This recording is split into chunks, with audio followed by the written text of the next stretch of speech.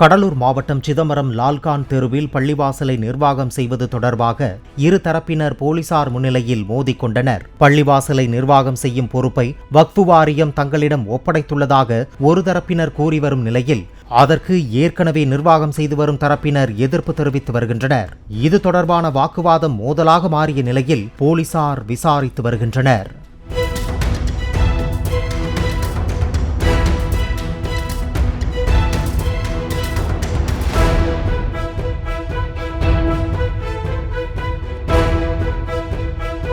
Play store மற்றும் app ஸ்டோரில் இருந்து பாலிமர் செயலியை QR கோடு மூலம் பதிவிறக்கம் செய்யுங்கள்.